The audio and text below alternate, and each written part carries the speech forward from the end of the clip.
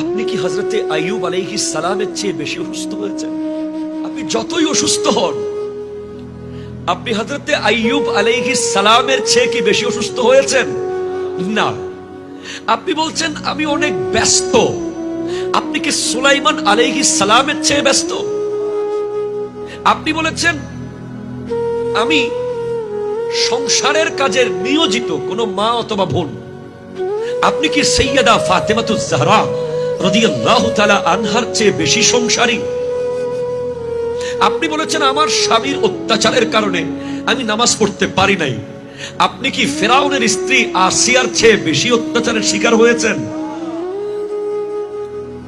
আপনি বলছেন আমি এই অজুহাতে সেই অজুহাতে, সাপের ভয়ে, আগুনের ভয়ে, পানির ভয়ে, এই কারণে ঠান্ডার ভয়ে, রোডের টেনশনে যেতে পারি নাই।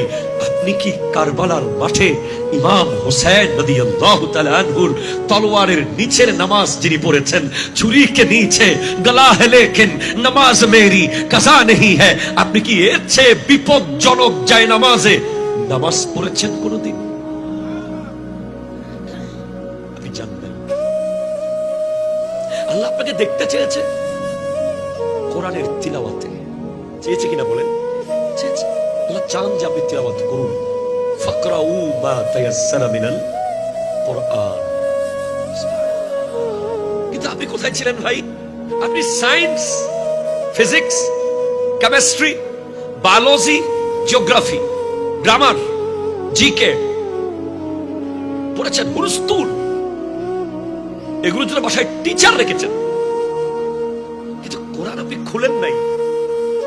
আপনি আপনার বন্ধুর সাথে কি কম্পিটিশন, মোটরসাইকেল নিয়ে কি প্রতিযোগিতা আপনার বাবার আপনার চাচার মধ্যে।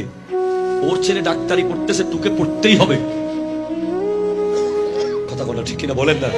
অমুকের ছেলে ইঞ্জিনিয়ার পড়তেছে, তুই ইঞ্জিনিয়ার না হলে আমার ঘুম হবে না। ও ফুত তোর কি লাগবে ক, তুই ইঞ্জিনিয়ার বানাই সারবো। অমুকের ছেলে ব্যবসায়ী হয়েছে, তুই পারস না হইতে। অমুকের ছেলে এই হয়েছে। অথচ দেখলাম না এই সমাজটাতে বর্তমানে অমুকের ছেলে প্রতিদিন 1 পৃষ্ঠা কোরআন শরীফ পড়ে, তুইও পড়। আগে বলতো, এখন আর বলে না? বলে না।